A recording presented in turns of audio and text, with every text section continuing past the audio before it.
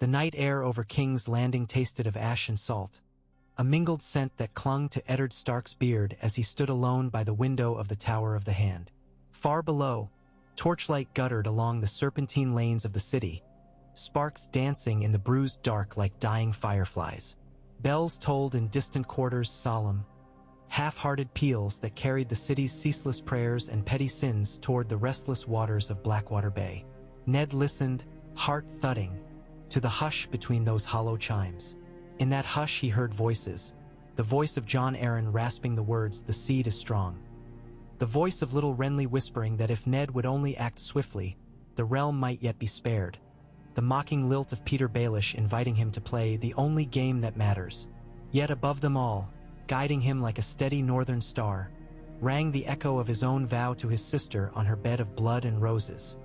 A vow he had bent the law and his honor to keep.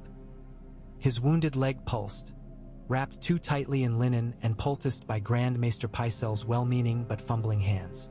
It was a hindrance now, this throbbing souvenir from Jaime Lannister's ambush in the street. But pain was familiar, pain could be carried. What he could no longer carry was the illusion that justice, here at court, would be rendered in good faith. He had seen the quiet smile ghost across Cersei's mouth as he confronted her in the Godswood that afternoon, half pity, half triumph. He had believed fear would make her flee with her children. Instead, her eyes had glittered with an iron will equal to any he had known at Winterfell. "When you play the Game of Thrones, you win or you die," she had said. Ned remembered Lyanna's hand growing cold in his, remembered Rhaegar's rubies spilling across the trident, remembered the look on Robert's face as the fat king roared for a war he no longer understood. He would not let yet another innocent, the realm itself, bleed for a secret he had uncovered too late. Faint footsteps in the corridor pulled him from thought. Desmond's voice, low and urgent, filtered through the door. "My lord." The heavy oak opened just enough for the guardsman to slip inside. Desmond's mail shirt was half covered by a rough-spun cloak the color of river mud, and his breath misted even within the warm chamber. "It is time," Ned nodded.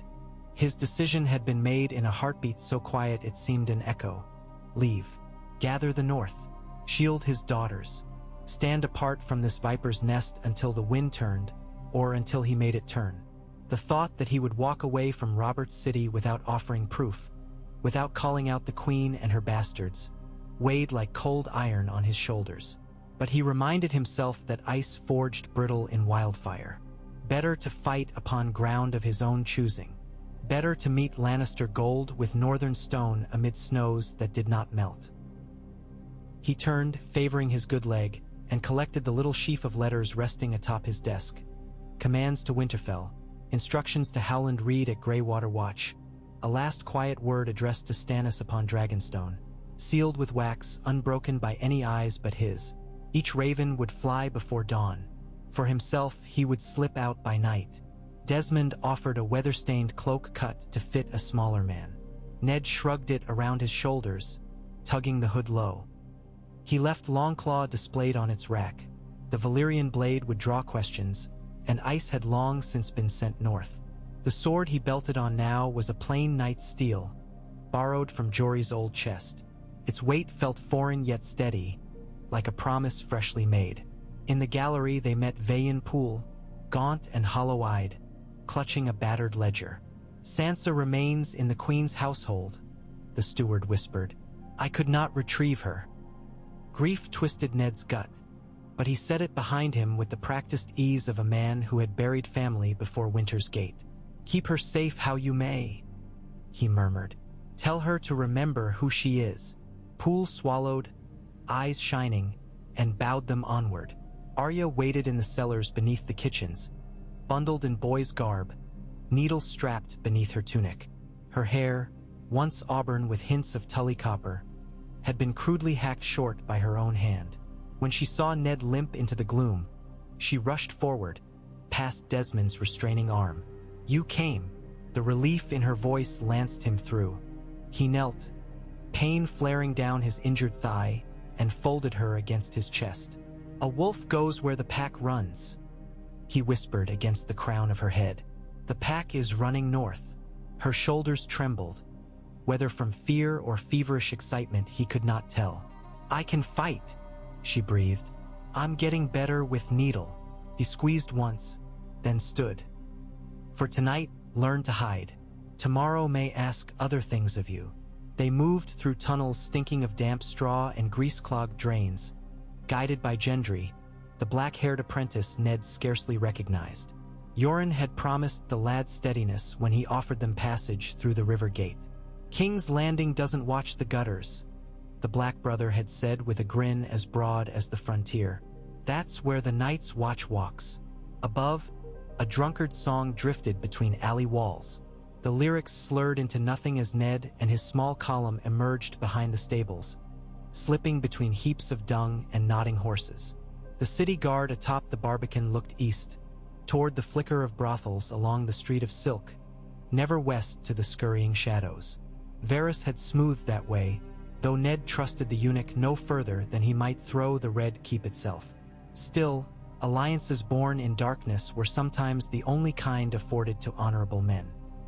They rode single file on hack mounts hired from a Pentoshi trader who asked questions only of coin. Ned's leg burned anew as he swung into the saddle. Sweat glazed his brow despite the night's chill. Arya's pony danced at the rein, nostrils flaring.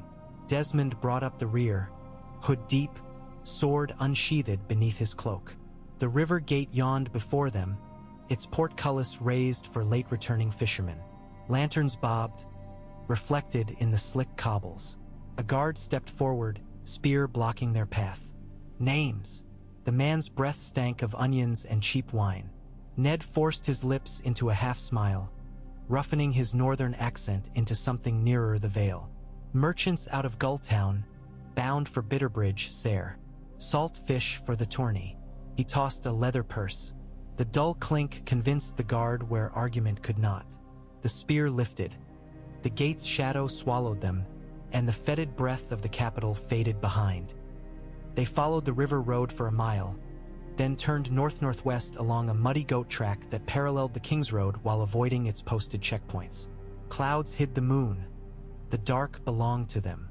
Frogs croaked in marshy hollows, and once, near a rotting windmill, a pack of feral dogs howled at their passing. Ned felt each sound in his ribs. He pictured gold cloaks discovering his empty chambers at dawn, pictured Cersei's rage tightening like a noose around Sansa's delicate throat. The plan was fragile as spun glass. Roose Bolton's men would slip south from the Dreadfort to seize the crossroads. Galbart Glover would garrison Moat Cailin. Robb would call the banners as soon as Rawlin delivered word. But ravens could be shot, riders slain, lords swayed by southern gold.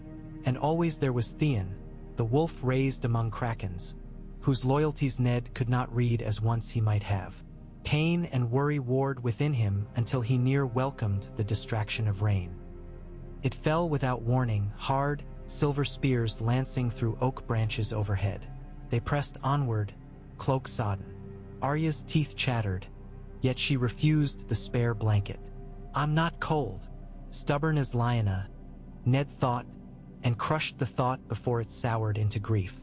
They reached the ruins of an abandoned sept by dawn, its stained-glass eyes long since wept out. There Yoren parted from them, leading Gendry and a pair of ragged boys north to the wall. "Black suits me," Yoren rasped, scratching his tangle of beard. "But watch for gold in every shadow, Lord Eddard. Cersei's coin buys wide." Ned clasped the man's forearm. "The wall will remember." Yoren only spat, but there was pride in the gesture. Inside the sept, they huddled among crumbled pews. Ned eased his legs straight, biting back a groan. Arya curled at his side, head pillowed on his rolled cloak. Rain drummed a mournful litany against cracked pillars. He did not sleep, but drifted in a waking dream where Winterfell's Bailey rang with children's laughter and Catelyn's hands were warm upon his cheeks.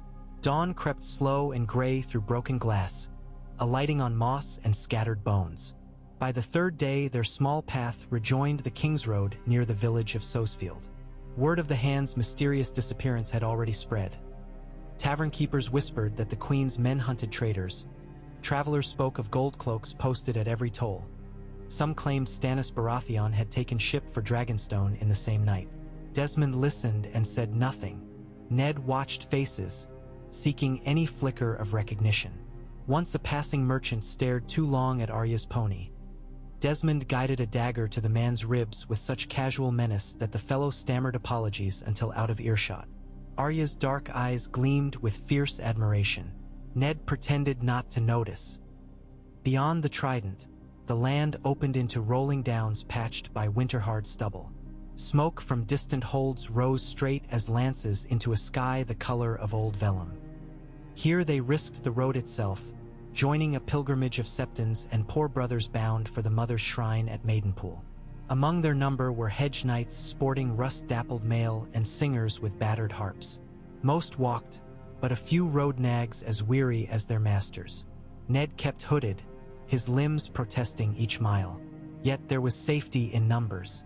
Bands of free riders slid across the horizon, but none dared harry a flock so large. That night, by a brook where frost glittered in the reeds, Arya practiced footwork beneath the gaze of the crescent moon. She slipped and lunged, imagining needles point threading invisible eyes. Ned watched from a fallen log, marveling at the will that blazed through her slight frame. "You favor water dancers' steps," he observed quietly. She halted, cheeks flushed, hair plastered to her brow. "Sirio says the water dances back." A shadow crossed her face. He stayed behind."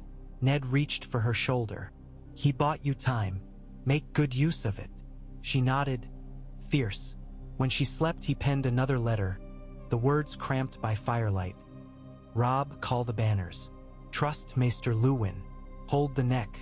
Await my word from White Harbor. Tell Bran the wolves still run. Tell Rickon to keep his dreams bright. Tell your mother," he paused, quill hovering, "how to console Catelyn for the daughter left hostage and the husband now fugitive." He lacked the poetry and so wrote instead, "I will come home. Your father." He sealed the parchment beneath his signet ring, trusting Desmond to choose a swift raven. On the 5th morning they crossed into the Riverlands proper, entering a world already scarred by the Lannisters' spite. Wheat fields lay trampled, burned black at the edges where torches had kissed the stalks. Small folk huddled in half-collapsed hovels, their eyes sockets emptied of hope. Arya stared openly. Who would do this? Ned knew the rumors. Ser Gregor's riders raiding under Tywin's banner. Justice for Tyrion's brief captivity, or a message carved in fire, perhaps both. He dismounted before a withered orchard, knelt to lift a singed doll dropped in the mud. His china face was cracked clean in two. He set it gently atop a stone, as though some child might return for it once the world made sense again. They skirted a charnel village, smoke still rising from blackened beams. Through the haze, Ned glimpsed a rivulet of dried blood trickling from a stable door. Desmond pressed a kerchief to his mouth. Arya's fists balled white on her reins. Behind them, the singer who called himself Lamore retched into the weeds. That night no songs were sung. Ned slept little, dreams haunted by ashes and the rattle of chains. He woke before dawn to find Arya sitting cross-legged, staring toward the gray turnpike where lightning flickered silent against low clouds. "When we reach Winterfell, will Robb march?" she asked without turning. He heard the fear she would not name, that war would spill into the snow, that the pack would face steel and fire. "Robb is my son," Ned answered, "but he is also Catelyn's. He will choose the course that keeps the North whole." Arya hugged her knees. "Whole means safe," she murmured, as though tasting the word and finding its flavor wanting. 2 days later, they came upon Rawlin returning south at a breakneck gallop. The rider's cloak, tattered by speed, flapped behind like a half-furled banner. He drew rein so hard his gelding screamed, foam flecking its bridle. "Lord Eddard," Rawlin panted, dropping to one knee in the mud. "Robb calls the banners. Winter is awake." Ned clasped the lad's shoulder. Relief swept through him. Not joy, for he knew what call the banners truly meant, but the grim clarity of a blade drawn from its sheath. How many ride? The Manderleys march. Galbart Glover holds the moat. The Umbers muster at last hearth. All await you at White Harbor. Ned glanced at the sky, gauging the weak sun crawling towards noon. And Theon Greyjoy? Rollin hesitated. He rides beside Robb, keen for battle. Ned nodded, unreadable. That same dusk they heard thunder behind. A column of riders bearing crimson cloaks embroidered with golden lions. A Lannister outrider had found their scent at last. The pilgrimage scattered like doves before a hawk. Desmond urged their mounts up a narrow forest track, branches whipping at faces. Ned clung to the saddle horn as pain sang in his leg. Behind, Arya pounded close, dagger drawn. Her pony's nostrils flared red in torchlight from the pursuing host. At a fallen pine, the track split. Desmond wheeled left with Arya hard behind. Ned followed, heart hammering. Rollin and 2 hedge knights veered right to confuse pursuit. The forest closed around them. Towering pines, the ground steep and slick with old needles. Hoofs clattered on stone. A horn blew deep and brassy. Ned risked a glance. Shapes moved in the dark, red cloaks flashing like sparks, cutting through brush with practiced ease. Arrows hissed past, thudding into trunks. One shaft grazed Ned's cloak. Another struck Desmond's gelding. The beast screamed and stumbled, sending its rider tumbling into a ravine. Ned hauled his reins, sliding from the saddle to half-drag Desmond onto a mossy shelf. Arya scrambled beside them, face pale but resolute. The Lannister horn sounded again, closer. Desmond's breath wheezed, ribs crushed by the fall. "Run, my lord," he forced out. Ned ignored him, drawing the plain sword he carried. "Arya, into the hollow, keep silent," he commanded. She shook her head. "Father, do it." Her lips trembled, but she obeyed, vanishing behind a curtain of ferns. Footfalls crunched in the clearing. For men emerged, armor gleaming blood-black in torchlight. Their leader, a thick-necked sergeant, grinned upon recognizing the tall, bearded man who faced them on one good leg. Well, the fox in the henhouse. His spear leveled. Ned shifted his weight, feeling each heartbeat echo down the blade. For a breath the world shrank to steel and flame and the hush of forest night. Then he moved, pain forgotten, grief distilled into lethal purpose.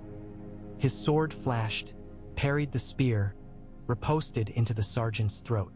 Blood sprayed hot. The second man lunged. Ned caught the axe on his guard and kicked, sending the foe sprawling. He stepped aside from a third, hamstrung him with a backhand slice. The last drew a dirk, eyes wide, and fled. Ned let him go. Arya must not see her father butcher a man running. Already the clearing stank of copper. He sank to his knees, sword clattering from numb fingers. Desmond coughed blood. "North, ride." Ned pressed cloth to the wound but knew the truth. Desmond gripped his wrist until the strength left him. They buried the guardsmen at dawn beneath cairn stones. Arya helped, cheeks streaked with dirt and tears. When they rode on, she did not speak for hours. Ned wondered whether mercy had guided him when he left the coward alive, or whether fear of her gaze had stayed his hand. At Maidenpool they bartered their spent mounts for fresh, leaving coins in place of names. Lord Mutton's banner flew at half-mast. Rumor claiming the Lord's cousin hanged himself after Ser Gregor's men ravaged his lands. Ned wished for Maester Luwin's soothing counsel and found only the salt bite of wind off the Bay of Crabs. They crossed the neck by moonlight, skirting the ruined causeway forts where ghosts were said to linger. Reed men clad in mud and cattails watched from reed-choked pools, black eyes glinting in torch glow, but made no move. Ned sent silent thanks to Howland Reed, old friend, seasoned swordsman of a different stripe, who must have spread word north and south of Heart Tree Hollow. When at last they sighted the wooden palisades of White Harbor, dawn painted the harbor masts gold. Ships thrummed at anchor, Manderley carracks swelling with the promise of war. From the walls flew a direwolf banner quartered with the silver merman. Ned's breath caught. He was home. They entered through the river gate to ringing cheers. Fisherfolk flung flowers, Smith Summer Danvils in salute. Yet Ned felt none of the triumph. For every petal floated another fear, of his daughters sundered, of Robert's wrath, of Tywin Lannister moving like a golden storm upon the Riverlands. He dismounted in the courtyard of New Keep, where Wyman Manderley himself waddled forward, jeweled fingers spread in welcome. Behind the fat lord stood Robb. The boy was changed. Stark mail glimmered beneath a cloak of gray wool. A sword hung at his hip, no plaything. His eyes, Catelyn's eyes, were rimmed by sleepless nights yet burned clear as spring ice. Ned reached out, and Robb's arms closed around him in an embrace neither had allowed since the boy learned pride. "Father," Robb said, voice thick. Ned gripped his son's shoulders, measuring the breadth there, the weight of command settling like first snow. "My lord," Ned corrected softly, and saw understanding dawn yet more cold upon Robb's features. That night, in Lord Wyman's solar overlooking the moonlit harbor, they drafted letters to every lord of the Trident and Vale who might still remember Jon Arryn's steady hand. They spoke of strategy, marching quick to Riverrun before Tywin could trap them between river and sea, calling upon the Freys for passage, dispatching Ser Roderick to capture Moat Cailin from any Ironborn who dared raid while the North rode south. When maps were cleared away, candles guttering low, Ned lingered at the window, watching torches pass like fiery ants along the docks. Robb approached, hesitant. Gray wind prowls. He senses battle. Ned laid a hand atop his son's. "Battle will find us soon enough. But remember, steel is as much patience as it is sharp."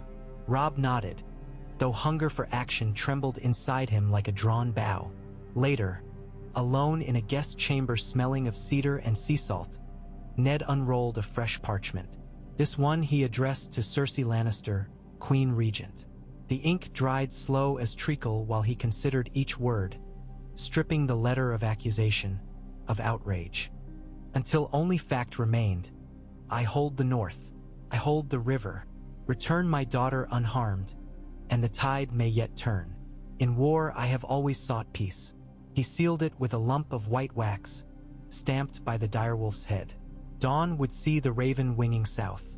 Whether mercy lived in the lioness's breast he could not know, but he would offer her that sliver. To do less would betray every lesson he had tried to instill in the children who bore his name. Sleep eluded him, and so he sat by the slit window while the tide rose, carrying foam-topped waves against the quay. Somewhere in the dark a bell began to toll. Steady, unhurried, a simple call to prayer. Ned listened to its cadence and thought of the heart tree in Winterfell's Godswood, its crimson leaves whispering secrets to the night wind. Across leagues of road and river, he imagined its face crying silent sap tears for what must come. He remembered Robert as the youth he had followed gladly, fresh from Storm's End, hammer raised high, wind tousling hair black as midnight. He remembered Lyanna's laugh echoing through the stone corridors of Winterfell, as wild as any gull upon the frozen shore. He remembered Benjen's hand clasping his before the younger rode south to take the Black. Those ghosts gathered around him now, mute witnesses to the choice already made. Outside, the bell ceased, leaving only the hush of rollers against stone. Ned Stark breathed deep of salt and cedar and the faint, distant perfume of winter's breath blowing down from the frost-crowned peaks. He did not know if honor could survive the storm he had set loose. He knew only that wolves ran best beneath the moon, and that the moon was rising. Far to the south, in chambers gilded with Lannister red, a queen would soon open a letter sealed with a wolf's head. And in the hills beyond Riverrun, fires would bloom like bloody roses, marking camps where men sharpened swords, waiting for a dawn that might never be gentle again. The pack was running, and long would the night remember their howls. Lamplight bled away beneath the paling sky as the bells of White Harbor tolled prime. Eddard Stark stood upon the battlements of New Keep, cloak snapping in a stiff sea wind that smelled of tar, salt, and the faint sour reek of fish scales. The harbor below was a forest of masts, rigging whispering like winter reeds, sails furled tight and pale as old shrouds. From the quays drifted the shouts of stevedores and the creak groan of capstans as casks of pickled herring and wheels of aged white knife cheese were hauled aboard the waiting cogs. provisions for an army of wolves marching south beneath storm-gray banners. He kept his hands clasped behind his back, the linen of his sleeves fluttering like trapped birds. Pain lanced his leg each time weight shifted, yet he welcomed the ache. It reminded him that flesh still mattered, that honor was not the only thing that bled. Behind him footsteps scraped, quiet, deliberate. Ser Roderick Castle halted at his side, whiskers glinting with sea spray. "The north gathers, my lord," the old knight said, voice pitched so the gust would not snatch it away. "Galbart reports the moat secure, the Riverlanders rally. Lord Wyman's ships stand ready to bear men and grain down the white knife." Ned turned, studying the knight's weather-carved face. Castle had donned breastplate and greaves etched with the dire wolf of House Stark, but the lines around his eyes betrayed sleepless nights spent drilling recruits in the castle's shadowed yard. "A good report," Ned answered. "Yet we will need more than ships and grain before the season turns." "Have the Carls answered?" Ser Roderick nadid stiffly. "The Mormonts send bear-clad axemen. The Karstarks ride even now. Lord Ricard marches with 3,000 spears. Torrens Square raises 200 archers." He paused, lowering his voice. "The Dreadfort's levy trails far behind. Lord Bolton writes of delays. Snow in the high passes, sick horses." A shadow crossed Ned's eyes. "Roose Bolton's ravens always croak of misfortune, yet he remains our bannerman. Send him thanks. Send a second raven to Maester Tybald asking whether the Dreadfort knows the value of haste." Castle's lips twitched beneath the whiskers. The closest he came to a smile. "As you command." Below, a horn sounded, deep, reverberant, as the first column of men departed the river gate. Manderly spearmen in sea-green cloaks, scale hauberks glimmering like fish scales below kettle helms.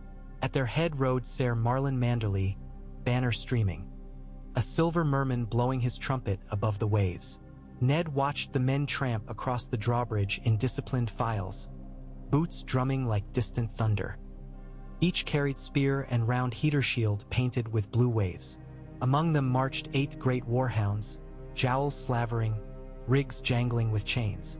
"The North's heart beats loud," Ser Roderick murmured. Ned inclined his head and began the slow descent of the turret stair. His crutch, an oaken staff bound in boiled leather, thumped upon the stone. Pain blossomed at every step, but he refused to show limp in the yard.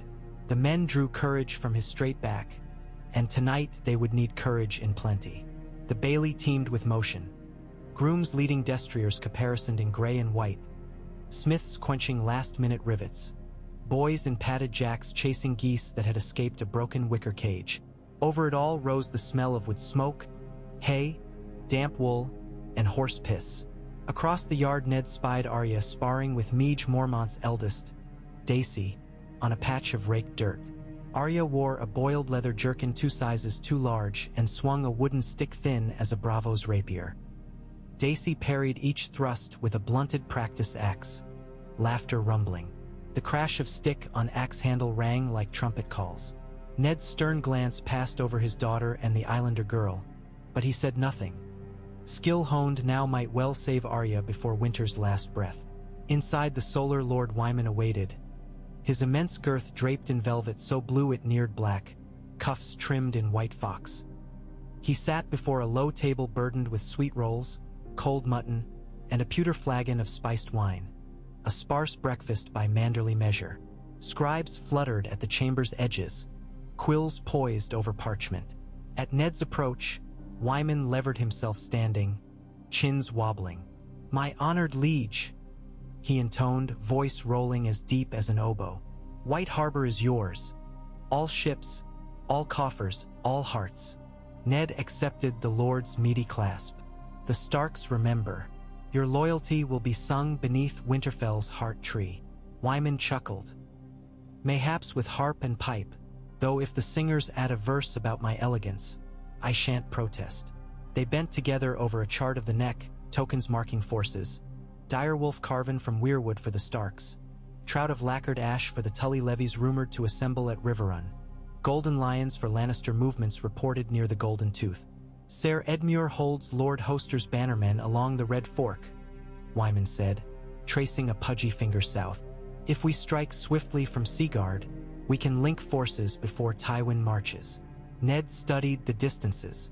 To strike swiftly, we must cross the Twins, and for that we need Fry consent. He tapped the green line denoting the Green Fork. Walder Fry aids no cause but his own. Wyman's smile thinned. Yet even Walder counts coin. Offer him favorable tolls on all northern grain. Promise marriage alliances. Young spearman for his brood of pale daughters. Ned raised an eyebrow. Would you trade your own to the crossing? Wyman laughed, belly rippling. I have sons enough. Fry may dine on their charm. Better that than see their throats cut by Lannister steel. He sobered, sighing. The choice is yours, my lord. But tarry too long and the lion's claws will close. Quills scratched as promises were scribed. Sealed, sanded, set aside for ravens. When the last word dried, Ned drained a cup of wine, its cloves stinging his tongue, and braced himself to address the waiting captains.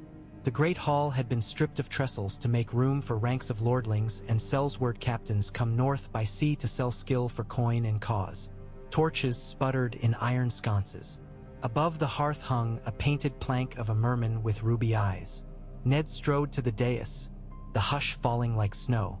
He spoke of winter, of long nights and longer memories, of the pact between king and people forged in blood at the cold dawn of history.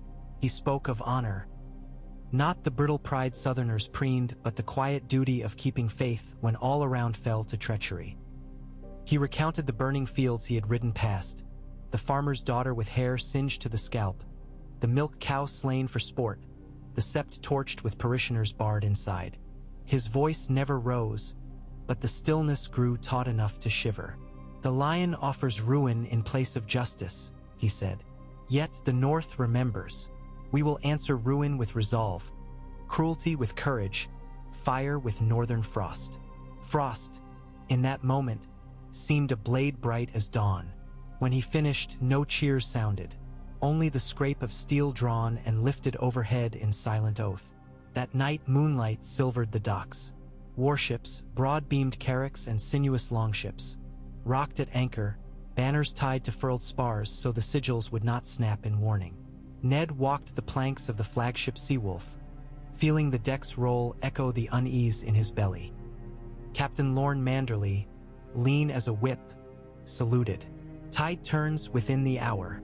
We'll ride it straight to the Bight, then south along the coast. With luck, we keep ahead of any kraken. Ned nodded.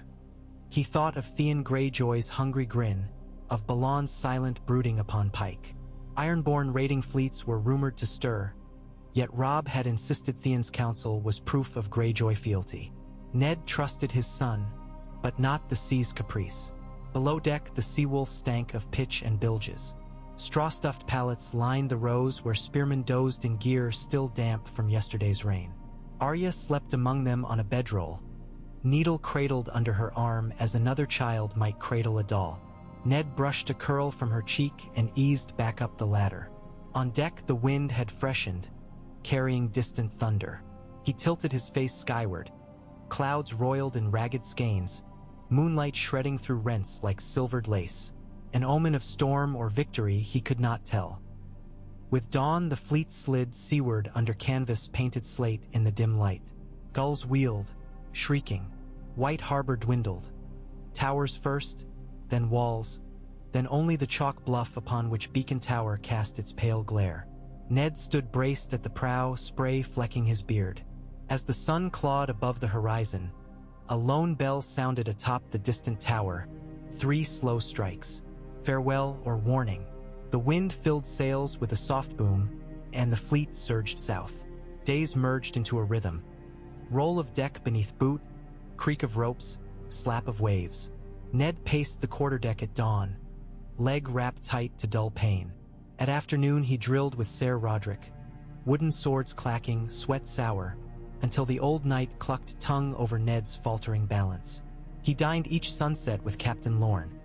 Black bread, salt beef, pickled kelp.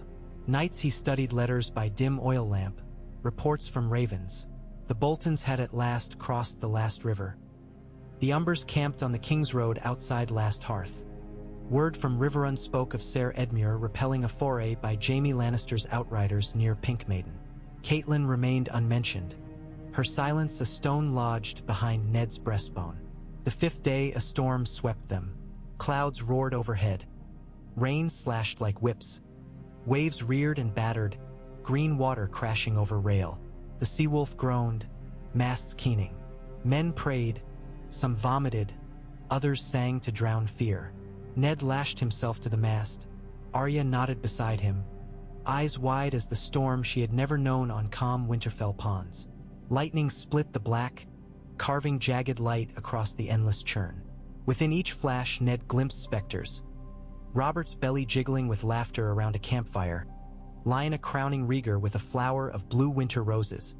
Benjen's smile as he urged his stallion into the snow-hushed wood. Thunder swallowed ghosts. He held Arya tight until her shivering stilled and the rage of sea and sky gave way to sullen drizzle. When morning dawned dull and bruised, the fleet limped southward beneath tattered sails. They anchored in a secluded cove beneath sandstone cliffs streaked russet and gold. Fires were kindled on the beach, sailcloth stretched to dry. Barrels cracked open to dole weak ale and harder salt pork. Ned walked among the men, praising those who had kept ropes taut, commending the carpenter who had braved the bowsprit to shore a split spar mid-gale. Praise was a coin cheaper than gold yet dearer to men about to die. 2 days later, white gulls announced proximity to Seagard. The tall watchtower known as the Booming Tower jutted above scrub pines, its great bronze bell visible in the clear air. Ser Jason Mallister rode out to greet the arriving Northmen. Helm plumed in purple, cloak the rich wine hue of his house. His smile flashed beneath a salt-flecked beard as he bent the knee upon the pebble shore. "Lord Stark," he said, plate ringing against stone. "Seagard waits your word. Lord Edmure holds at Riverrun. The Riverlands burn. But together we may quench fire with flood." They broke the host to rest and water horses. Tents sprouted amid dunes. Cook fires blossomed. Mallister guides led Ned through the massive gates of Seagard, built by storm kings of old against ironborn raiders. Pennants snapped halloo. Ned paused beneath the arch, memories pressing. First sight of Storm's End towers after the trident, Robert's arms slung about his shoulders, pride thick as the salt tang. So much lost since those bright days. In the great hall of Seagard, tapestries depicted silver eagles rending kraken. Ned presided over council with Lords Mallister, Manderly, Karstark, Umber, and Glover. Meege Mormont leaned on the table like a bear at riverbank, sleeves rolled to reveal knotwork tattoos. Plans unfurled. The fleet would ferry half the foot to Fairmarket to threaten the Lion's flank. Meanwhile, Robb led the main host overland along the King's Road, crossing at the Twins. Time pressed. Scouts reported Lannister supply trains moving east of the Blue Fork. "If we choke their fodder," Galbart Glover said, finger-gouging map parchment, "we'll starve the lions before claws unsheathe." The Great John laughed, booming. "Starving? Better to roast their meat and feed it to the direwolves." When council broke, Ned found Arya perched atop Seagard's curtain wall, legs dangling. Sea air snapped her hacked hair about her cheeks. Below, Manderly sailors unloaded casks. "Father," she began before he reached her. "I wish I'd killed that man in the woods, the one who ran." Ned rested forearms on the crenellation, gazing toward the slate curve of horizon. "Mercy can bear bitter fruit, yet so can vengeance." She frowned. "He'll be hunting us still. Perhaps," Ned allowed. "But a wolf chooses when to bare teeth. Do not let others drag your snarl from you." She mulled this. "If Sansa were here, she'd scold me for talking blood at supper time." "Your sister finds horror where you find challenge," Ned said softly. "Neither is wrong." Arya went quiet. After a time she asked, "Will she forgive us for leaving her?" "I pray she forgives me. You did not choose this flight." Arya's eyes shone as gulls cried overhead. That evening ravens arrived. Robb had passed Moat Cailin ahead of schedule, 20,000 strong. Karstark riders flanking, Glovers guarding the baggage. The message bore Robb's own hand. We march day and night. We make the twins on the morrow. Send word of your landing. And beneath, a smear of ink shaped like a dire wolf head breathing frost. Ned felt pride swell like spring thaw, yet Fry Gates loomed. He sent answer by fastest bird. Landing at Seagard. Raymar Mallister guides us east. Hold your patience at the twins, but yield no hostage save word. The raven flapped into the gloaming. On the march toward the trident, autumn unfurled gold and crimson across oak and elm. Paths carpeted in color-muffled hoofbeats, granting the host an eerie stealth for all its size. At night Ned sat watch beneath towering beeches, campfire whispers rising above the murmur of distant water. Around him the north breathed in unison, a palpable living thing, its heart 1,000 glimmering coals. They reached Oldstone's ruins of dead royalty at dusk. Moss-eaten walls slumped upon a granite hill, moonlight spearing empty windows. Ned ordered a halt inside the ancient ring. Wolves howled beyond tree line. The horses skittered, nostrils flaring. Some men muttered of ghosts, of King Christopher's shade stalking these stones. Ned walked the crumbling hall where ivy snarled through thrones' shattered dais, Arya padding silent beside him. He placed a hand upon a weathered lion carved upon a pillar, its mane now clutch of vines. Even kings fall to dust, he said. Remember that when songs paint rulers in gold. Arya traced the crumbling paw with roughened fingers. Dust, but still sharp, she said, and he smiled despite the ache. That night he dreamed of a great weirwood standing upon a frozen island, branches leaf-bare yet bleeding sap that steamed in frigid air. Beneath its roots lay a sword half buried in ice. When he reached for the hilt, the ice cracked, revealing Lyanna's face below, eyes closed, lips blue. "Promise me," she whispered, voice muffled by water. The sword melted into blood. He woke with heart hammering, dawn's chill sweat on brow. They broke camp under a sky stripped clean of cloud. Scouts brought dire news. Tywin had left the Golden Tooth with 12,000, ravaging north along the Red Fork. Jaime commanded 10,000 more near Riverrun. Only the twins and the neck lay between Lannisters and the Stark host. Ned dispatched riders to warn Robb, move swift but wary. Before noon they crossed Riverrun's outer fields, smoke rising farther south. Refugees clogged the byways, small folk pushing handcarts stacked with infants and chickens, faces hollow. Ned halted to speak with a woman clutching a charred doll, its glass eyes glinting like the storm night memory. Her voice shook, telling of lions who laughed as they fired barns. Ned pressed coin into her palm, a bomb too small. He ordered surgeons to tend the wounded trailing behind his army, grain wagons to share bread. Some captains warned of dwindling stores. He answered that honor did not starve so easily. At the ferry village of Fairmarket, they found burned hulls run aground, piers blackened. Lannister outriders had torched them days before, but a lone poleboat remained hidden upriver, its owner an old fisherman named Tom, too clever by half. For gold weighty enough, he agreed to guide the Seawolf sister ships upriver by moonlight. Thus a third of the host crossed the Red Fork unseen, establishing a makeshift camp on the south bank, Sigorn Karstark commanding. Fires were banked low, tents spaced among willows. Ned left Ser Roderick to oversee, then pressed east through rolling farmland. Scouts returned at dusk with tidings from the twins. Walder Frey delayed negotiations, citing sickly grandsons and porridge too hot to step from. Robb's camp sprawled upon the northern bank, grown restive. Ned quickened pace, riding through most of the night, leg throbbing. Before dawn light silvered the green fork, he glimpsed the gray sea of tents, flickering torches like stars fallen to earth. Horn calls heralded his arrival. Gray wind leapt from the gloom, eyes phosphor. Green. The dire wolf bounded up, sniffed Ned's palm, and let out a chuff that seemed greeting.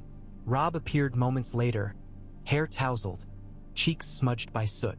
Father and son embraced beneath banners that stirred in pre-dawn wind. Fry procrastinates, Robb reported, frustration tight. He dines, he sleeps, he breeds more frays, but he will not open his gate. Ned's gaze shifted across the river to twin towers linked by covered bridge. Torches burned in arrow slits, reflections shimmering like embers upon black water. "Old Walder measures profit," he said. "Let us show profit." They convened in Robb's command tent as cookfires sputtered awake outside. Catelyn's presence struck Ned like unexpected warmth. She rose from a camp chair, auburn hair unbound. "You live?" she breathed, eyes shining with pride and reproach. He kissed her brow. "A stubborn habit." Together they faced Robb's officers. Great John Umber, Galbart Glover, Roose Bolton newly arrived, gray eyes unreadable. Meege Mormont leaning on her bareheaded maul. Theon Greyjoy lounging with casual arrogance, sea cloak pinned by a kraken brooch. Ned acknowledged each, then spied Sansa within the shadows. No, not Sansa, yet near enough. A slim girl in Fry blue, wide nervous eyes. Jane Westerling, perhaps, or Rosalind Fry, names blurred. His daughter still lay in Cersei's grasp. Catelyn laid parchment on the table. Walder's terms, marriage offers, squires for his sons, wardship of grandsons, outrage priced like cattle. Ned read silently. At last he rolled the parchment, slid the knot of twine off, and rewrote half the demands. Alternate daughters pledged to Karstark and Umber heirs, trading concessions in White Harbor, enthronement of a Fry as Castellan of Seagard under Mal Lister oversight. He signed Eddard Stark, Lord of Winterfell, Hand of the King.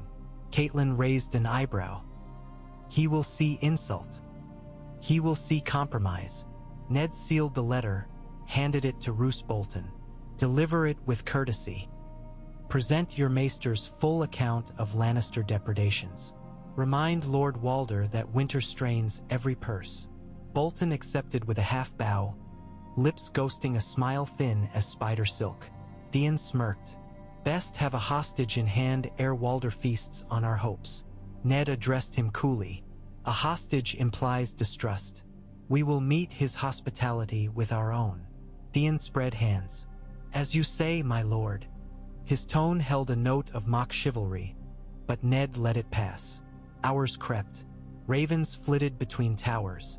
By dusk, drums thrummed within the twins and gates swung wide. Ned rode at Robb's side across the drawbridge, gray wind pacing. Walder Fry awaited in the audience hall, a shriveled stick in silks of blue and gray, Spawn arrayed like pewter soldiers behind.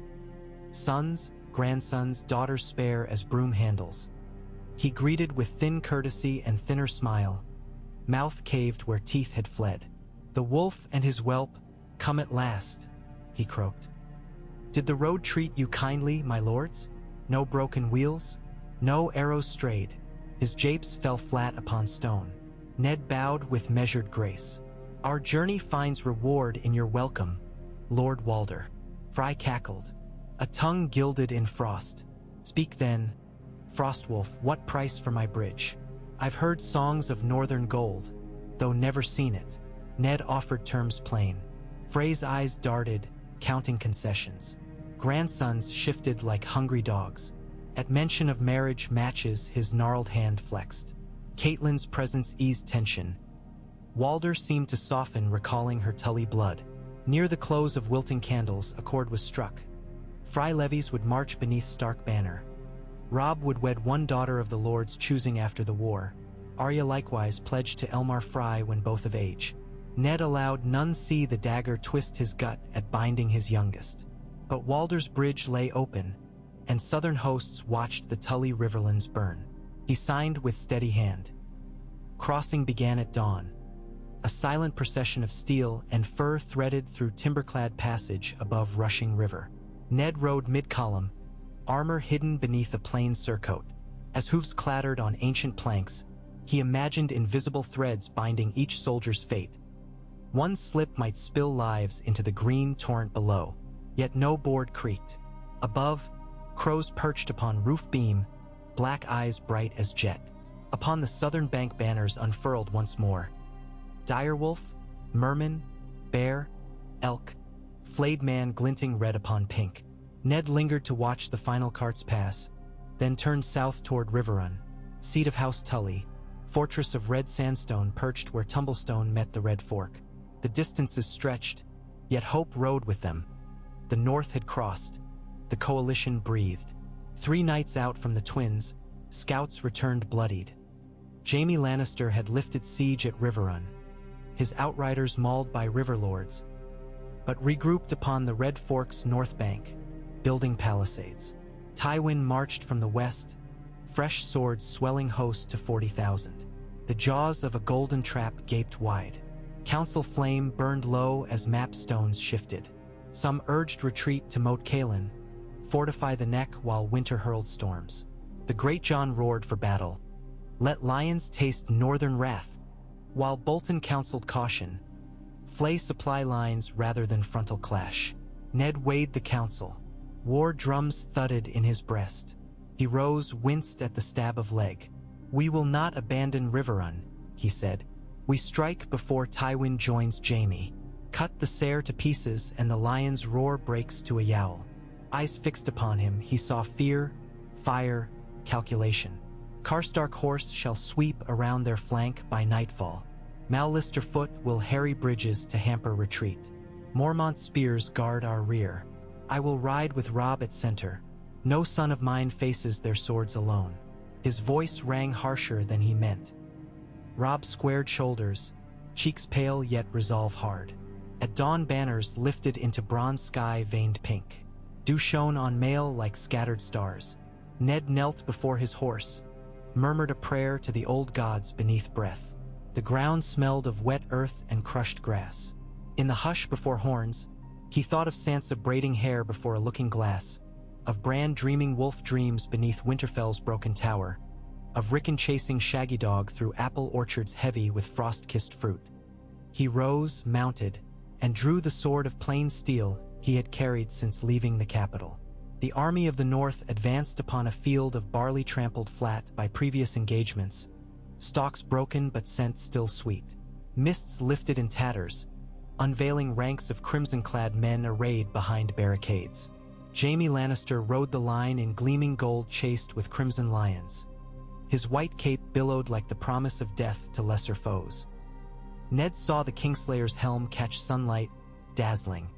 He remembered Jon Arryn's quiet, broken voice. "The seed is strong. All seeds bore fruit, some sweet, some poison." Trumpets blared. The thunder of hooves began. Karstark riders poured from a copse on the enemy flank, their sunburst sigil flashing. Lannister pikemen scrambled to wheel. Arrows whistled, darkening sky.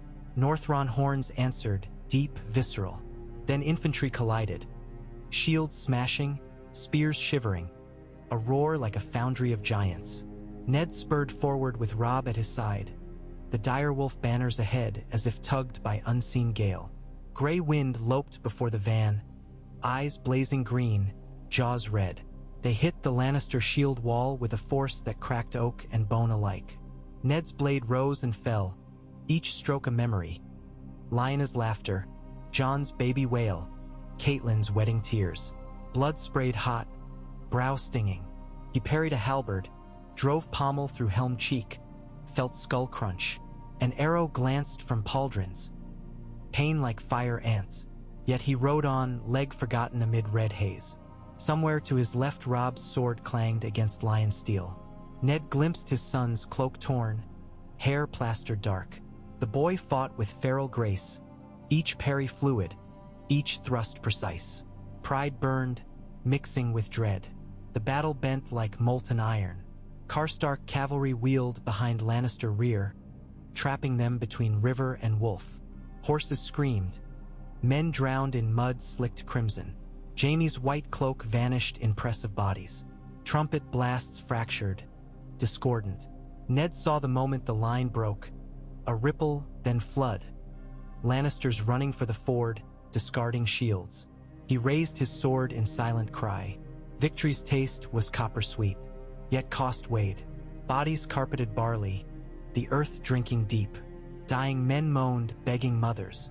Ned dismounted, leg buckling to pull wounded from mire. He found Great John kneeling, cradling the corpse of a boy bannerman. Meege Mormont propping broken-armed spearmen. Roose Bolton wiping clean a delicate flaying knife, though no man saw when he'd drawn it. War forged men into shapes unknown. Near dusk, while carrion crows circled, scouts brought word. Jaime Lannister captured, taken by Greyjohn's men while trying to break out for the river. Ned limped to the makeshift pen where the Kingslayer knelt bound, golden hair matted with gore. Jaime smirked despite split lip. "Lord Stark," he drawled, "I had hoped our next meeting would be across a tourney list, not a pigsty." Ned stared, memory of Bran's fall between them unspoken. Wars are seldom fought on ground one hopes for. Jaime shrugged, rattling chains. "Unchain me and I'll give you ground worth our Father's songs." Ned turned away. The realm has had enough of songs. It needs justice. Jaime's laugh followed him like clinking wine cups. That night campfires dotted the field as far as I could roam, constellations fallen to earth. Aroma of hissing fat mingled with stench of rot. Ned sat with Robb outside a healer's tent where moans drifted like moth wings. The boy's hands shook scrubbing blood from blade. Ned covered them with his own. "You fought as a Stark of Winterfell," he said. Robb's eyes, gray and haunted, lifted. "I felt nothing," he whispered. "In the thick of it, only the next stroke, the next breath. After everything." He gagged, tears seeping. Ned drew him close, armor clanking. "Feeling after is proof you remain human." Robb shuddered. "If feeling never stops, then you carry it as we all carry weight. Share it, and it lightens." Stars wheeled overhead, indifferent. Somewhere beyond fire's Arya sparred silhouettes against the dark, needle flickering. Catelyn walked the rows of wounded, offering water, prayers. The pack held together. At dawn, ravens burst from the healer lookouts. Tywin's van spotted marching east, banners red and gold streaming. War yet breathed, but within Ned Stark's breast flared a colder fire. The north had struck, the lions bled, and the game's board tipped. He rose, legs stiff, and gazed toward the reddening horizon. Clouds glowed like banked coals. He thought of Cersei opening his final letter in the Red Keep, of Sansa clutching memories like wilted roses, of Robert's throne now held by a boy with lion eyes. "Promise me," Lyanna had pleaded. Ned pressed hand to heart. "I have not forgotten," he whispered to the dawn. Behind him horns rumbled awake. Men roused, drew breath, buckled on resolve. Ahead lay another river, another field, another reckoning. But snow had begun to fall, small, tentative flakes melting upon mail. Winter's harbinger kissed the land, and in its chill Ned Stark felt a fierce, quiet certainty. Wolves thrived in snow. He limped to mount his horse, rallying captains, banners lifting anew into the ashen sky. And as drums beat the march south, the first true snowfall drifted across the barley flats, soft, unhurried, inexorable, cloaking the dead and the living alike in a shroud of coming winter, carrying northward the scent of war and the promise of the pack's unyielding run. Snow fell in restless curtains, each flake a silent messenger drifting between campfires that sputtered in the bleary half-light of dawn. Eddard Stark awoke within a canvas pavilion pitched beside the tangled banks of the Tumblestone, his blanket tacky with half-frozen sweat. The night's visions lingered like frost on iron. Lyanna's voice muffled by whirling white, Bran's small hand slipping from his as wolves howled in a blizzard without end. The ache in his wounded leg had sharpened to a blade's edge, but he accepted the pain as he donned his mail shirt, forcing each clasp home with fingers stiff from cold. Outside, a hush wrapped the army. Thousands of men swallowed by drifting veils, horses stamping, sentries hunched like snow-draped statues along the earthworks. The air carried a fresh, coppery bite, the scent of blood not yet shed but near at hand. Scouts had returned in the dead of night. Lord Tywin's vanguard camped less than a league away beyond the river bend, palisades rising like thorny crowns amid the stubble. Fires and forge pits glowed orange through the storm, painting the lion's encampment as a slumbering beast ringed in embers. Between the armies flowed the Tumblestone, swollen by thaw and choked with jagged ice. Its roar masked the clatter of Ned's crutch as he limped toward Robb's command tent, flurries spiraling around him in soft, spectral eddies. Robb stood inside, chin shadowed by a night's growth, hair damp where snow had melted and refrozen. Galbart Glover, the Great John, Meege Mormont, Ricard Karstark, and Roose Bolton formed a rough crescent about a makeshift map table. Candles guttered in iron cups, throwing monstrous silhouettes upon canvas walls. Jaime Lannister knelt nearby under guard, wrists shackled, gilt breastplate replaced with a rough-spun tunic that did little to lessen the disdain in his golden glare. Ned entered on a gust of cold, silence following like an uninvited guest. Robb looked up. "Father, I was about to send for you." His voice barely cracked, yet the strain beneath ran deep. Ned nodded, turning his attention to the parchment splayed across the table, an ink sketch of the surrounding ridges and gullies blurred by melted flakes. A charcoal arrow marked Tywin's main strength.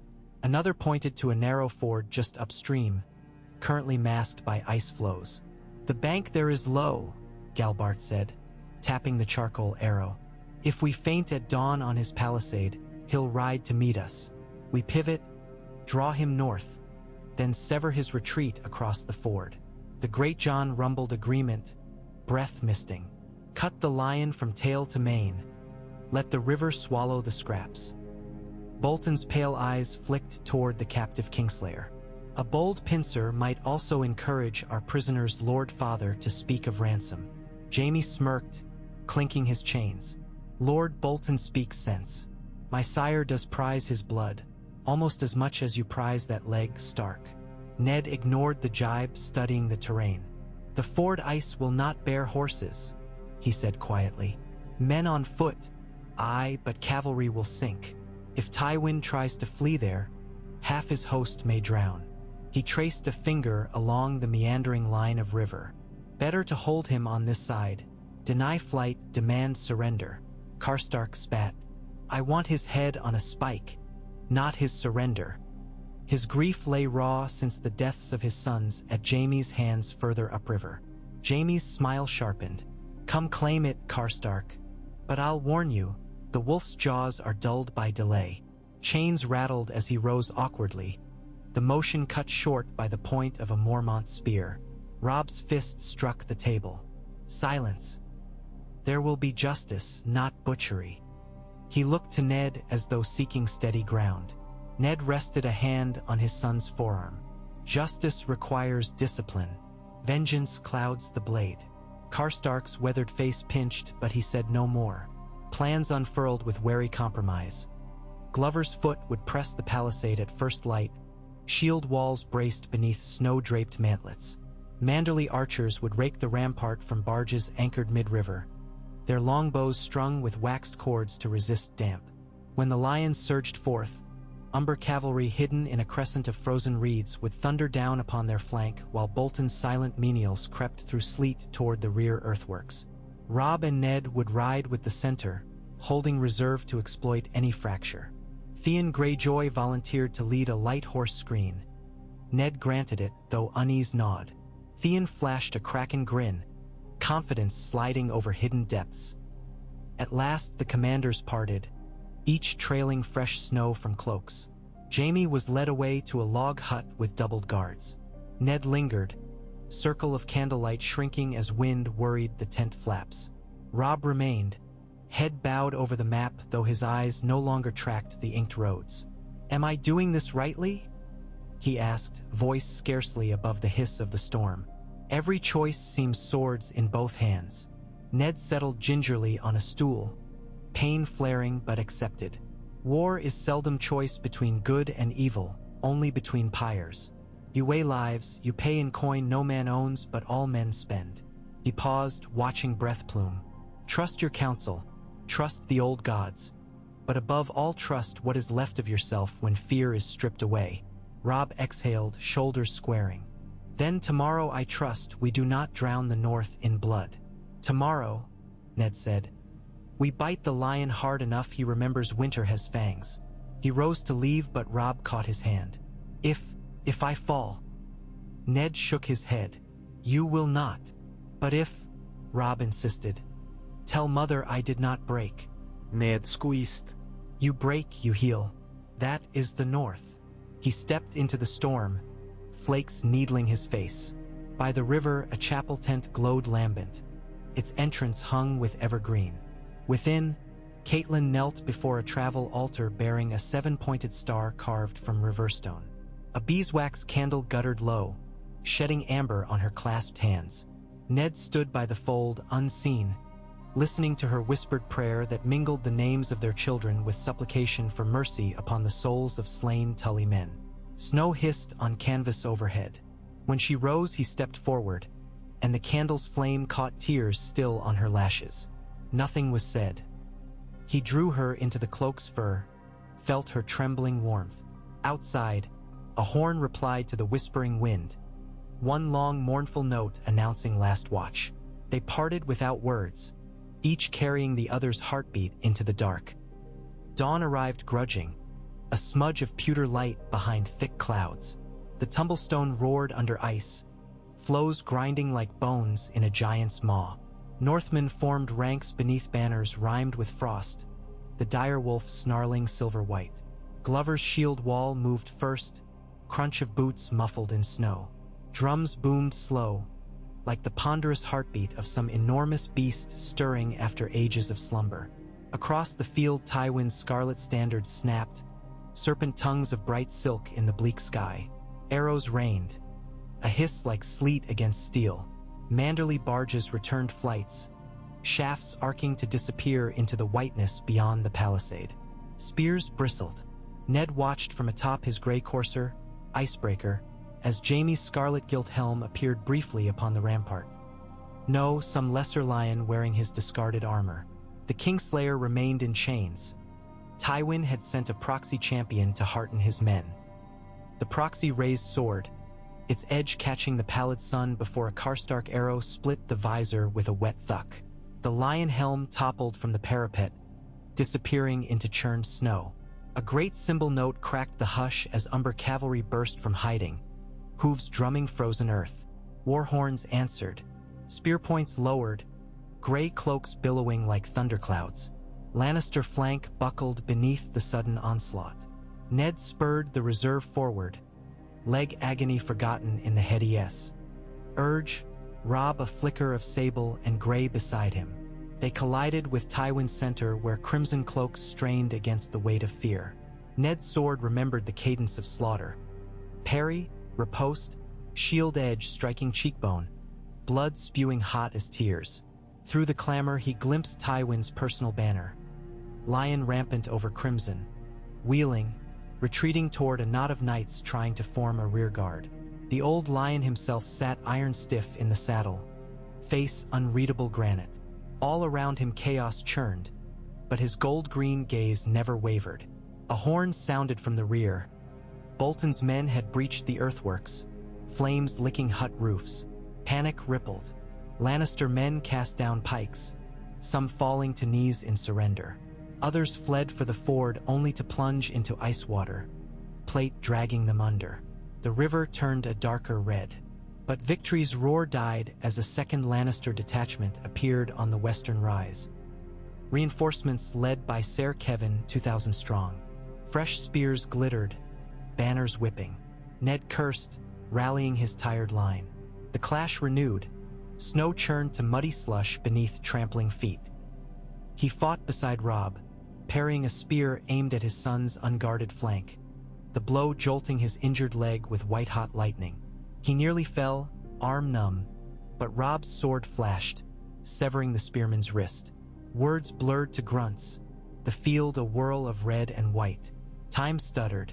Ned saw Theon careening through the melee, Kraken cloak sodden, face alight with feral joy as he loosed shaft after shaft at Lannister backs. Then, as if conjured from storm, a mounted knight in dark steel broke through the screen, sigil hidden by sleet. He lunged for Robb, lance tip gleaming. Gray wind intercepted, fangs clamping on the charger's flank, dragging horse and rider to earth. The beast was everywhere, fur, blood, teeth, until the knight's screams ended in wet gargle. Robb stared, shaken yet standing. A trumpet shrilled thrice, spiraling high. Bolton's men raised flayed-man banners captured from the earthworks, waving them like crimson tongues. Lannister lines faltered, weapons lowered. Tywin turned his destrier toward the ford, cloak snapping in retreat.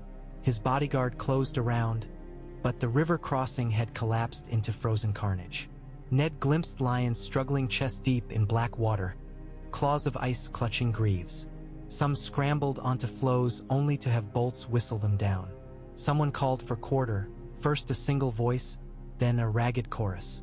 Surrender rippled through crimson ranks like rot through fruit. Tywin hauled on reins, face livid. Then he yanked helm free, glaring not at Starks but at his own men as if anger alone might stiffen their spine. A bolt clanged off his cuirass. He wheeled and galloped, handful of guards shadowing his flight south along the riverbank out of bowshot. Ned spurred to pursue, but pain flared so fierce he nearly blacked. Robb seized his father's reins. "Enough," he said, voice ragged. "We have the field." Ned let the reins fall slack, chest heaving. Snow melted on his brow but felt scalding. Around them the tumult ebbed into a hush broken only by sobs, by moans of the dying, by gray wind's low rumble as he prowled among scattered corpses. The day's light had not yet reached its zenith, yet already its silver hue felt old, tarnished. He dismounted, ice biting through his boot soles, and limped among the fallen. Karstark banners drooped beside Lannister ones, cloth soaked the same color. He knelt beside a boy no older than Bran, lion surcoat torn, eyes filmed. The boy's lips moved soundlessly. Ned pressed a waterskin to parched mouth, watched life seep away like water into sand. Mercy without memory, he thought, or memory without mercy. Snow clung to the corpse's lashes, white gems on marble. Ned closed the eyes. Later, in a commandeered farmhouse overlooking the field, Catelyn and Maester Vyman of White Harbor tended Ned's leg. Cloth strips damp with boiled wine dropped into a wooden bowl stained pink. Pain made stars dance behind Ned's eyes. Catelyn's voice murmured steady, soothing as the hush of winter wind against Winterfell's broken tower. He fixated on the grain of ceiling beams, hearing reports beyond the door. 3,000 Lannister taken captive, another 1,000 dead. Karstark casualties heavy but bearable. Bolton lightly touched, too lightly, whispered some. Tywin's main force shattered, fleeing south along secret back roads. Siege of Riverrun lifted, Ser Edmure riding to join with jubilant riverlords. When the maester finished, Catelyn pressed a kiss to Ned's brow, left him to rest. He found no rest. Dawn's memory replayed behind closed lids. Tywin's impassive stare across a storm of steel. Robb's blade flashing like new-forged ice. Gray wind drenched red beneath falling snow. The taste of victory was brine and ash. Winter is 1 inch by bloody inch, he thought. 3 days the host lingered to bury dead and mend limbs. Great pyres crackled at night, sparks swirling into a sky so clear the winter constellation known in the north as the Ice Bear glared frostbright overhead. Maesters mixed pine resin with fragrant herbs to mask the stench, yet smoke carried memory of burnt flesh far across the white fields. Arya helped dig shallow graves until blisters burst. Afterwards she sat cross-legged beside a mound, carving names into small wooden stakes. Ben Shore, Merritt Longbow, Hedda of Bear Island. Ned watched, pride and sorrow interwoven too tight to tell apart. On the 4th morning, Ned summoned Theon Greyjoy. The young man arrived smelling of horse and lamp oil, eyes gleaming with restless hunger. "You wished me, my lord?" Ned studied him across a writing table strewn with letters from northern lords. Word from White Harbor speaks of sails sighted off the stony shore, longships bearing kraken. Theon's grin stiffened into caution. Summer raids thrive on chaos, perhaps, but my father has sworn fealty. Fealty waxes when warmed by fire, Ned said, tapping parchment. I would send you to Pike bearing our victories and my call for Balon's aid. As heir he may lend you ear. Theon straightened, pride rising like tide. Balon listens only to the sea, yet I can make him hear the wolf's howls.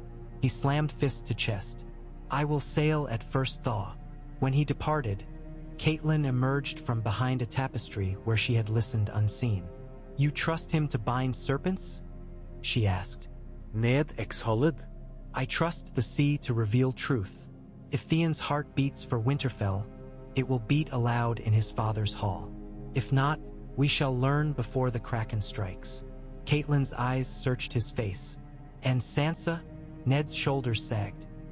No raven from King's Landing, but Varys' cryptic hint said she still dines with the queen. Cersei plays pieces unseen. He squeezed his wife's hand. We must force her hand. That evening he penned a missive addressed to the Red Keep. Words edged like frost. Stannis sails, Renly stirs, and the north runs free. Return my daughter unharmed, lest winter take all Lannister seed. He sealed it with black wax, the dire wolf impressed deep. Another letter flew south to Dragonstone, to Stannis Baratheon, bearing evidence of Cersei's bastardy and pledge of northern support should he claim the Iron Throne. He wrote by lamplight until fingers numbed, dispatching ravens into star-pricked dark, each a thread that might yet weave peace, or unravel war's tapestry entirely. Riverrun's red towers beckoned within a sun night, banners fluttering over waters now cleared of siege works. Lord Hoster lay dying, but his spirit rallied long enough to greet nephew and son-in-law. Ned knelt beside the sickbed, clasped the Lord's trembling hand. Hoster's clouded eyes stung with recognition. The wolf brought spring, he rasped. Ned could not answer, not while the old man's breath rattled like dry leaves, but he bowed head as though to accept a benediction. Perhaps it was. In Riverrun's great hall, the Tully Fish and Stark Wolf shared equal space amid flickering torches. Lords of river and mountain swore swords to Robb's banner. Meage Mormont's cousin Lyanna, named for Ned's sister, led the oath, voice ringing. The captured Lannisters were herded into cellars beneath the water tower, their crimson cloaks stripped. Jaime received a chamber of his own high in the east turret, guarded day and night by 2 Karstark men chosen for iron loyalty. Ned visited once, leaning on crutch. Jaime lounged on a pallet, chains slack, hair dull as unworked gold. "Have you come to boast, Stark?" he asked. "I believe you've my sword somewhere. Treat her kindly. She's killed better men than you." Ned regarded him, remembering Bran crashing from tower window. "Why push a child?" Jaime shrugged. "Better he fall than betray whispers to your Robert." Cersei saw the boy climb. "I could not let him live." His eyes glittered, feral. "But enough ghosts. What now, hand no longer hand? Cut my head? Send it to King's Landing? Or hold me until my father starves the realm to rescue his golden heir?" Ned's silence stretched, broken only by a raven's rattle outside the arrow slit. "You will stand trial in Winterfell," he said at length. "Not by men bought or cowed, but beneath the old god's eyes." Jaime laughed. "Gods would justice? The Weirwoods care for naught. They watched Ares burn your kin and never wept." Ned gripped the crutch until knuckles whitened. "The trees remember, and so do I." He turned, leg throbbing, leaving Kingslayer's laughter echoing off stone. Robb convened council next dusk amid tapestry-draped chambers smelling of cedar and oiled leather. Maps showed Tywin regrouping at Harrenhal, Black Ruin now garrisoned by Lefford spears, while ravens whispered of Amory Lorch raiding the countryside. Edmure urged swift pursuit, but Bolton advised letting the lion stew behind cursed walls. "Stone cracks under winter frost," he said. "Harrenhal is a sponge for men and horses, soaking strength from foes." But Meage Mormont slammed fist. "Idle wolves grow weak. Strike now while claws are red." Voices clashed until Catelyn spoke softly of southern unrest. Renly mustered at Highgarden with a new host garbed in rose and stag. Stannis' sails sighted off Storm's End, engines of war stacked upon decks. "The realm fractures," she warned. "Each day we linger invites new foes." Ned listened, hearing truth in all but certainty in none. They decided at last. Riverrun would hold the captives. Catelyn would ride east to treat with Renly, her Tully blood a bridge. Ned would march northward again to secure Moat Cailin, ensuring the neck remained closed to any southern incursion. Robb, crowned by acclaim as king in the north, would lead the main strength along the eastern shore of God's Eye, harrying Tywin's foragers, bleeding him until winter's full wrath descended. On the eve of departure, Ned walked Riverrun's ramparts with Arya. She balanced along the inner parapet, arms outstretched. Moonlight silvered her cropped hair, made her seem carved of river quartz. "I don't want to go back to Winterfell," she said abruptly, gaze on the black sweep of water below. "I want to ride with the army, see the world like Nymeria sailing 10,000 ships." Ned recalled the direwolf she named, still roaming the Riverlands. "Even Nymeria knew when to seek safe harbor," he answered. "Winterfell's halls need voices. Your brothers will ride to war, but your boldness will guard home." Arya wrinkled her nose. "Sansa guards home. She sits and sews." "Sansa is brave in her own way," Ned said. "So must you be." She hopped down, scuffing boots on stone. "If you send me north, I'll train the boys to fight." "A noble ambition," Ned said, hiding a smile. She kissed his cheek, surprising them both, then trotted down the stair, cloak fluttering like a small, gray banner. Before dawn, the courtyards echoed with farewells. Hoofs clattering over drawbridge, harness jingling, banners whipped by a sharp northwest wind. Catelyn clasped Ned, eyes bright. "Keep him safe," she whispered, meaning Robb. Ned stroked her hair. "As I failed before, I will not fail again." She pressed something into his palm, a knotted string of river pearls. "For luck." He tucked it against his heart. Gray skies spit sleet as Ned's column wound north, banners limp. Pain gnawed his leg, but Ser Roderick's leechcraft had eased the worst. Along the road, small folk knelt in muddy yards, raising pale hands. Some called blessings. Others simply stared with hollow longing. Ned ordered wagons to distribute bread and salt pork until stores thinned. Each gift eased one ache and birthed two more. What used to feed today if tomorrow fire returned? Camp that night settled among frost-bleached heather. Ned lay beneath a bearskin cloak, listening to distant wolves howl. Dreams claimed him. Sansa standing before Iron Throne draped in a gown of crimson silk, tears sparkling as rubies as Cersei crowned her with a wreath of golden thorns. Jaime laughing beside Bran's broken bed. Lyanna rising from snow blanket, eyes blue-black. He woke gasping, fire a bare coal. Dawn's chill crept in, whispering that dreams foretell less than waking deeds. Ravens arrived mid-March bearing mixed tidings. Stannis had declared himself rightful king, the Baratheon stag crowned by a fiery heart of the Lord of Light. Renly answered by crowning himself upon a field of flowers outside Highgarden. Banners streaming beneath a green comet said to herald a new spring. King's Landing brimmed with rumor of wildfire caches hidden beneath streets, of gold cloaks loyal only to coin. Within the Red Keep, Cersei moved statues across a board no man saw but all men felt. Bannermen summoned, lords dismissed, the small council paired to loyal bones. One parchment bore Sansa's delicate script, lines shaky. "Father, the Queen assures me you are well. I pray the Seven watch over you. Joffrey speaks of peace once rebels lay down swords. Please come to King's Landing so we may end this quarrel." She signed beneath a golden lion stamped in wax. Ned ran thumb over the seal until edges pierced flesh. The blood that welled looked red as Cersei's joy. At Moat Cailin, the peat reek of the marsh welcomed them. Crumbling towers jutted from fog like fangs of some drowned leviathan. Glover's garrison greeted with cheer, wolves painted on shields. Ned inspected defenses, ramparts shored by fresh-cut pines, murder holes cleared. Reed men flitted through mist bearing news of Ironborn raids repelled along the stony shore. Theon's raven had come. "I go to Pike. My father will answer." The script flowed bold, confident. Ned prayed it foretold loyalty. He established headquarters in the Drum Tower's least ruined chamber, its walls scabbed with black moss. There, by sputtering torch, he convened council with Howland Reed, who had emerged silent from the gray-green wilderness. The Cranaglord knelt, gray streaking hair like hoarfrost. "You ride paths perilous, old friend," he said, voice soft as marsh wind. "The heart tree cries sap tears." Ned clasped forearm in greeting. "Tell me what the bog sees."